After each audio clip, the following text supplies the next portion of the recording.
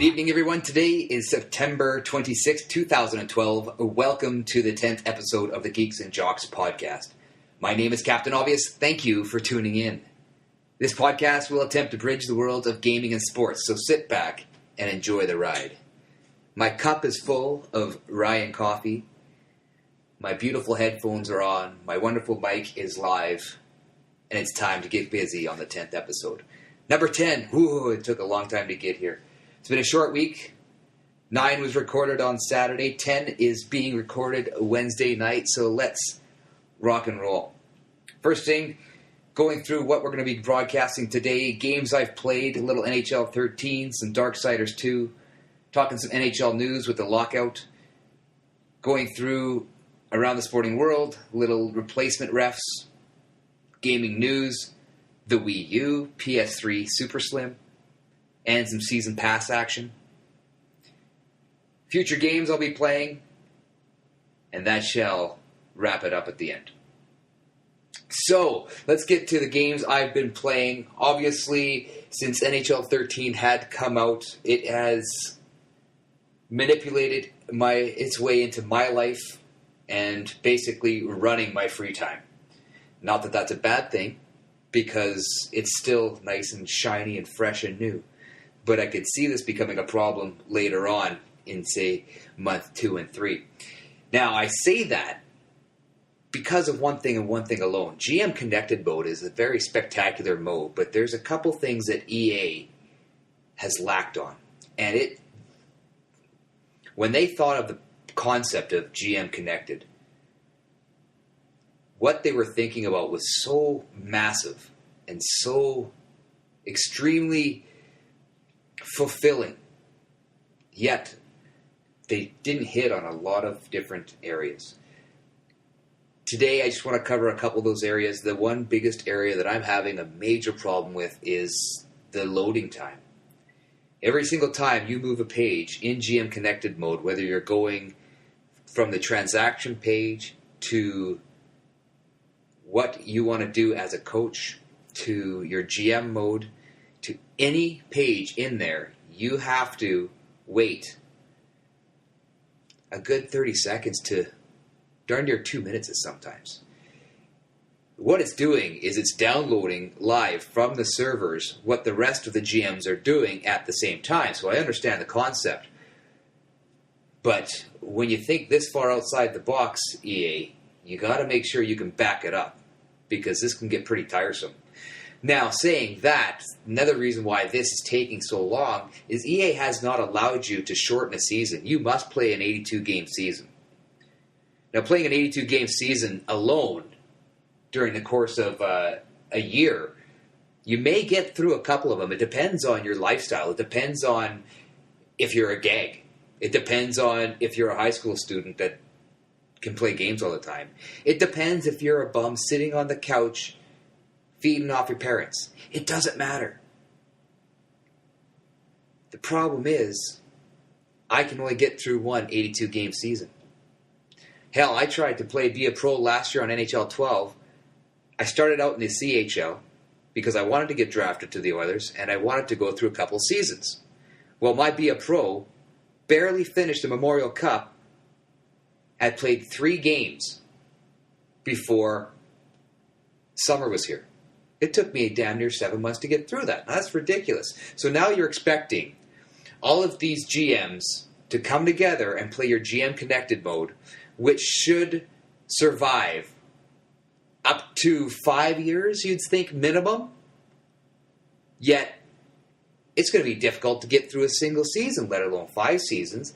The max seasons you have on there is 25. There is absolutely no way you're going to get 30 guys playing on there going through 25 years without simming a game. So, if you can shorten seasons and have the commissioner dictate, say you have a 30-game season, where you're playing your division twice, you play your conference once, and you play outside your conference a couple times. 82 games, too much, EA. It's just not going to happen. I hope that's a fix next year, because I do know a couple leagues that would definitely benefit from that. Speaking of the leagues that I'm in, Cheap Ass Gamer League, the CAG League, that's going along just fine. Right now, I'm 1-3-1 in that. So I do have a W. I'm pretty happy. The original 30 league from the crashthenet.ca website. 1-2-1. No, shoot. I don't even have a win there. 0-2-1. Not bad. Not bad. I'll take it. I've got points on the board. I'm not dead last, but there are a couple teams that haven't played yet, so that's why I'm not dead last. I'm going to go on to the GM Connected mode and the HUT mode, but streaming from your iPhone. EA released an application for the iOS, and unfortunately, it's strictly for the iOS. Android does not get the app as of yet. Are they working on it? I hope so. We don't know that. But going through it, it carries a lot of great things. In your GM Connected mode, when you first open it up, it goes through the news of what the other GMs are updating on the site itself, and even transactions that have taken place over the last little while. Your team page shows your season stats. It shows your injury reports. It also shows your schedule. So you know what games and teams that you have to play in the next tick. Along with that, it's got a trade center on your team page, which is very cool. You can sign free agents from that page. You can propose trades to other GMs from that page as well. I'm working on a proposal right now between myself and Carolina with in the original 30 league. So I'm in the New York Rangers in the original 30 league, and he's looking at getting Stahl so that he can put the Stahl brother tandem together and get a +1 for strength, bringing all the brothers together. So we'll have to see how that pans out. Also on the app, you can go to Stats Central. Your team standings includes every standing from full league to division to conference, whatnot, player stats and your goalie stats. So it's quite a full package that comes on there. The couple things are missing. I would like to tweak my lines. I would like to mess around with my team a little bit more. Going through this, if I could play around with my lines and have them set up before I get in game, because we know how long it takes to even get from page to page in game, that would be spectacular. That would be a great addition. Along with that, you also have the HUT area, the Hockey Ultimate Team area, and this is where you collect cards and produce your own personal fantasy team to play against others. And with that, on that part of the app, things, your feed, news and information that comes in. If you're selling cards, buying cards, their auction area, talking about the cards that are out there. If you want to search for cards, you can find them. Trading cards, what you're watching, what you're buying, what you're selling. So it's basically all about the auction house. All the cards that you have that you don't want or you're looking for, that's what you're going to find on this. Once again, not an area where you can tweak your lines, and I think that's a huge, huge step that EA needs to take on that aspect. Enough of the app. Next thing I'm playing, Darksiders 2. This is a very nice release from playing a little of the hockey and the first-person shooters that I have the addiction for. It's the classic. Well, people like to compare it to Zelda because it really is the later generations of the Zelda, but it's a much more, I want to say darker, but it is kind of darker than the Zelda, because Zelda is very G-rated. But the controls are super easy. It's a lot of fun. I don't find it overly difficult to play. Getting through the story, I'm really enjoying. Part 2 follows Death along the road of helping out his brother, or in what had happened in the previous game. And it's enjoyable. I really enjoy it. Some decent puzzles there, not too difficult. Some of them are a little frustrating, but once you get them, you get just that, oh shit, that's awesome moment. So, hoping to finish that up real quick, just because I'm not going to be having a lot of time for that game as I move on with NHL 13. Another game I want to touch on real quick that I've been playing, and it is the worst game or the best joke ever. This game is the Simpsons Tapped Out game on the iOS. So I downloaded this game because I saw it pop up on the top chart list. I figure out, I dig The Simpsons, let's see what this game's all about. Well, that was 10 days ago. I have yet to play a single minute of this game. Every time I try to get into the game, it tells me that it needs to download a patch. So it goes through and it's spinning and downloading and checking for updates. And then once it goes through that, it tells me that I need to log in. So I log in, and once again, reminder to all you folk out there, this is an EA game. Thanks, EA. So as it checks for updates, it logs you into the Origin servers. You go in there with your name, Captain Obvious. Yes. You go forward, and then all of a sudden Bart Simpson comes up on your screen and tells you that the server crashed or the login failed or something was busy and you can't play. Now this goes on, and like I said, I have not played a second of this game except for watching the title screen, Bart running across a green area with a finger ready to touch him, or looking at the screen with Bart Simpson holding a wire in his hand from a computer, giving you the shit-eating grin that he has, saying, sorry about that, maybe if you hit retry. So you hit retry, the donut spins, cannot connect to server. Sorry about that, maybe if you hit retry, reconnecting in 12 seconds. Like I said, either this is the best joke in the world, or this is the worst game in the world. I've read some reviews, some people have actually played it, and now it's become one of those things where I have to keep trying till I do play it. I didn't really care too much about the game. I just saw it and wanted to try it. But now, I'm going to keep it on my phone, and I'm going to keep attempting it.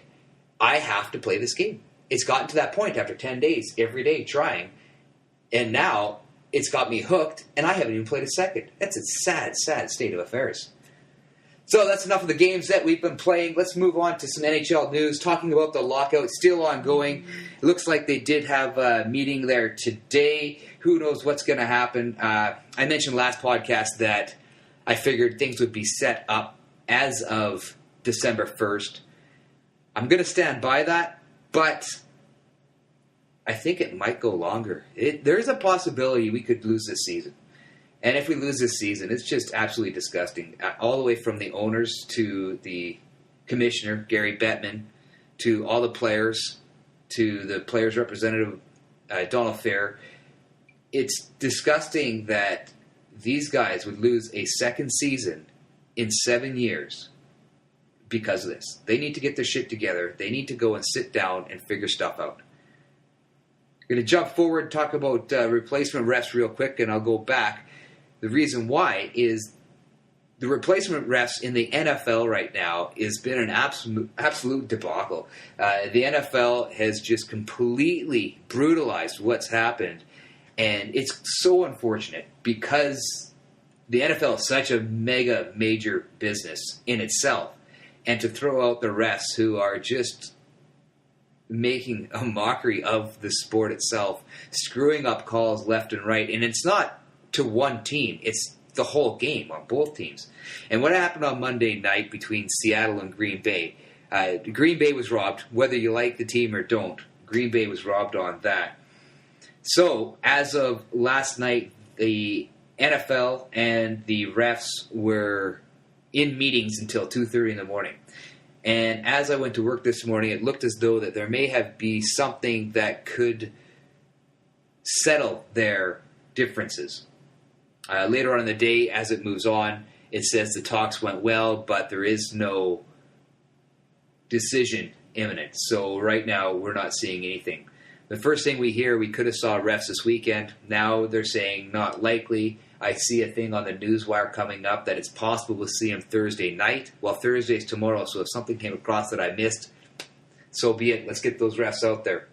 It's pretty big when Obama's tweeting about replacement refs being that bad.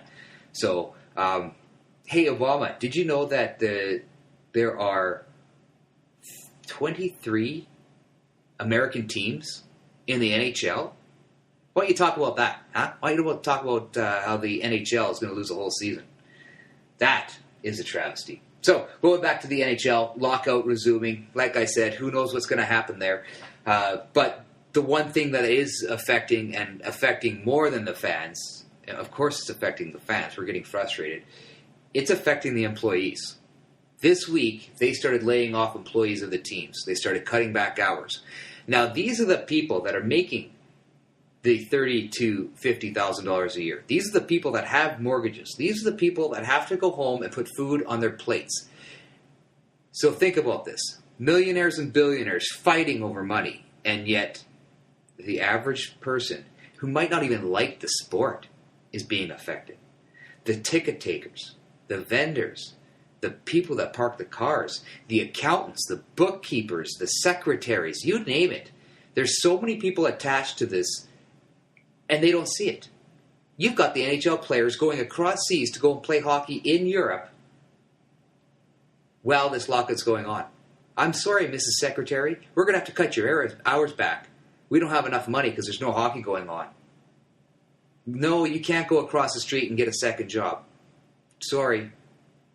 Oh, you have kids at home? Yeah, there's nothing I can do about that. I really apologize. It's absolute bullshit is what it is. And those employees being affected, that trickles all the way down. Like you're talking about not people just in the stadiums or in the team head office. You're talking about people that run and own bars that are close to there, restaurants and hotels that look forward to the people coming in. You're talking about bartenders and waiters that depend on Saturday night hockey for their tips so they can go home. Some of these guys are single mothers. Some of these people have college tuitions to pay. It's affecting a lot of people, and it disgusts me, and it's super frustrating. So let's move on from there back to the NFL. I just want to state one more thing. With the lockout of the refs, another big thing that's being lost there is they are losing a shit ton of money. That money that they're losing is the gamblers' money. Because if these games keep going on the way they did, how many people do you think lost money on Monday night after that ending? If you don't think it's a big thing, the NFL was built, not solely, but a major portion on the gambling. Whether it be your sports bookies, whether it be your fantasy football, anything. You go to Vegas. If you spend the weekend in Vegas, it doesn't matter how hungover you are. It doesn't matter that you did not go to sleep last night. There's nobody at the poker tables on Sunday. There's nobody at the blackjack tables on Sunday. There's nobody at the pubs on Sunday. You know where they are? They're at the sports book. You walk by any sports book on Sunday in Vegas, they are jam-packed. And I'm not talking a little bit. I'm talking bright and early, getting their picks in so they can sit there all day and throw their money around. Now, I'm not demeaning the gambling aspect. Don't get me wrong. I put my fair money down on the hockey games when they come through. But what I'm trying to say is the NFL is going to lose a major portion of what built the league up to being that multi-billion-dollar business that it is. There's a reason why people watch as much football as they do. It's because the money that could be won and lost during those games.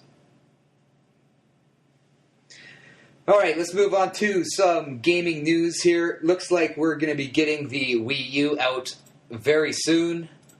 They have released the date. We're looking at 52 days, so November 18th, 2012 is when it comes out. The deluxe version, $350, comes with a 32 gigabyte hard drive. You know what's really funny? I bought a 64 gigabyte flash drive for $26. 32 gigs. That's all you could muster, Nintendo? Come on. Well, if you think that sucks, for just $50 less, you could get the 8 gig white Wii U Basic. Isn't that just tempting? Wow.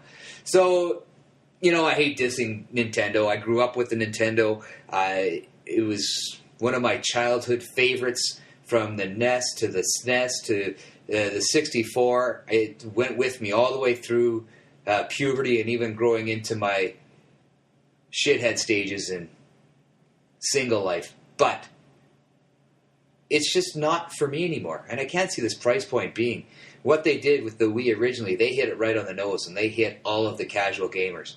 And that's why they sold a shit ton of games and controls and product. This one, however, I'm skeptical. I'm very skeptical. They released some games as well that are coming out for it. Nintendo Land, which looks like almost like a kart racing game. Haven't checked it out myself. I've checked out a Nintendo World. I really, really have, and it's sad because it's a lot of fun. I have the Wii for my daughter, and she plays her princess game on it. And, you play a couple things like Boom Blocks, but other than that, I'm not going to get into the serious games like Ninja Gaiden 3 they're releasing. And it looks like they bought Bayonetta franchise, so they're going to release Bayonetta 2 on there, which some people are upset about. Bayonetta was a great game that nobody played. And Nintendo picked up the game and put it together, and now they're selling it exclusively on Nintendo. So if you want Bayonetta 2, you gotta pick up a Wii U. How's that? Next thing coming out, Sony has released another console for this generation. That's right, it's not the new generation, but it is the prequel to the new generation because they have just made the PS3 smaller. That's right, it's the Super Slim. So you go from the regular PS3, a nice big massive looking piece of plastic beside your TV, to their slim PS3, which was sleek and decent design, it looks good, to the super slim PS3, the anorexic PS3, if you will. Looks like that one's coming out at a price of $270. That is right, you heard that right. $270 for the PS3 Slim. Less than your Wii U, and games that are going to be 50 times better. That's enough getting my digs in on the Sony and Nintendo platforms.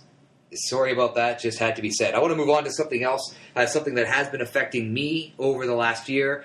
I want to talk about the season passes that are out there for all the games. I did talk about it last year. I just want to conclude a couple of things. Finishing up my Call of Duty Elite package right away in November. It came with 4 packs, which I played every single one for Modern Warfare 3. Very happy with the purchase that I made. After I do some number crunching, it looked like I saved myself about 50%. So I knew I was buying all the maps anyway. I knew I would play it enough. That was a good buy for me. Going on to EA Season Pass, $25 for that pass. It basically gave us 3-day entry, early access to every EA Sports game. I tried 2 other games. So let's look at it this way. If you break it down, is it worth it? Well, you get some free cards for your Hut games. You get a couple free things here and there, whether they be golf packages or football packages or hockey packages. You also get discount on player boosts. I think it's worth it. Extra 3 days of playing before anybody else. That's great, especially because that extra 3 days starts on a Friday. You can take all weekend and play it. The game gets released on Tuesday. I played the shit out of the early release, only on the NHL. I attempted a little on Madden, I attempted a little on golf, but it's not my bag. Give me the NHL game and I'll play that for months. So, now, bringing that to an end, season passes that are going to be up here and now. One that I saw is a Forza Horizon Season Pass coming in at $50. Basically, you're going to get some cars and some tracks. Exciting. $50 for cars and tracks. I'd like to see the stats on how many people actually pick up that Season Pass. There's only a couple people I know on my playlist that actually still play Forza. So, that one could be interesting. I'm not digging against Forza because Forza is a great brand and they sell a lot of games because they package them with the Xbox. But I can't see somebody paying for that season pass. That one just eludes me. Next one up is the UFC Undisputed Season Pass I saw. $17 and you get to buy extra fighters. Really? Really? You're going to pay $17 to get fighters that should already be on the game? That one bugs me. I think that you need to release the game. You don't hide fighters. You don't make people pay for the fighters. Put them all on the game. Stop being so stingy. You're going to get your money because people are going to buy the game because they like the game. It's not because they're going to pay an extra $17 for extra fighters. That one's brutal. Borderlands 2 has been released, and it's coming out with its own season pass. It looks like it's going to be a $30 charge. What you're going to get with that season pass is 4 of their extra content DLC. And basically they'll sell their content for $10 a piece. Saying that, $10 a piece, $40, you save $10 if you buy the season's pass. Something that I may do, it's going to be tough right now, being that I did buy all of the content for the first Borderlands, but I waited until there was a sale, and Xbox gave it to me for 50% off. So Did I pay $30 for all of the content last year? Probably not. So I can't see myself getting through Borderlands and holding on to it for a full 12 months in order to play all of the DLC, including the last one being released in late June. So we'll see what happens. I may or may not. I think I may do what I did last year. Play the game straight through, enjoy the hell out of it for a month, trade it in on another game, and then pick it up used for $10 and then buy the DLC later on. That's what I'll do. It'll be part of my backlog next summer. So that being said, let's move on to future gaming. We're going to be talking NHL 13, of course, next week, as we always do. Borderlands 2, hopefully I get through Darksiders 2 so I can start my Borderlands 2 playthrough. That is exciting in its own right. I'm also going to be introducing a new section. I'm going to be doing a team-by-team preview of the NHL. We're going to start next week with the Southwest Division. Teams in the Southwest Division include the Florida Panthers, the reigning division champions, Washington Capitals, the only other team in that division to make the playoffs, the Tampa Bay Lightning, Winnipeg Jets, and the Carolina Hurricanes. So looking at that, this has historically been one of the weaker divisions. However, it's hard to say. And I'm going to talk about Tampa Bay. That one actually confuses the shit out of me. When you look at the Tampa Bay Lightning and the firepower that they have on that team, how in the hell are they so brutal every year? They had one decent year last year, 2 years ago now, where they went deep in the playoffs to the conference finals. But they have been absolutely horrible over the last after they won the Stanley Cup in 2004, just before the last lockout. Yeah, so we'll go through that. I'm going to do a division-by-division run-through. So, like I said, next week we will start with the Southwest Division. That's going to be it for me tonight, ladies and gentlemen. Check out some of these websites, crashthenet.ca, hockey website, whether virtual or real. Great guys on there, great conversations, talking hockey, talking sports, talking EA, bashing EA. Lots of fun there. Great bunch of guys. Newtube.com for all your gaming need. Check out some reviews, great conversations, and great gamers on that site as well. OilersNation.com, part of the Nation Network. OilersNation.com is my place for finding all my Oiler news. Great articles from some great people there too. So, everybody's great. Loving this great day, great world, great rye. This concludes tonight's podcast. Remember to leave a review. Follow me on Twitter at geeksnjocks. Visit the website, geeksnjocks.ca. And I'd like to thank you all for downloading the podcast. Have a great week. This is Captain Obvious. My glass is empty. Good night.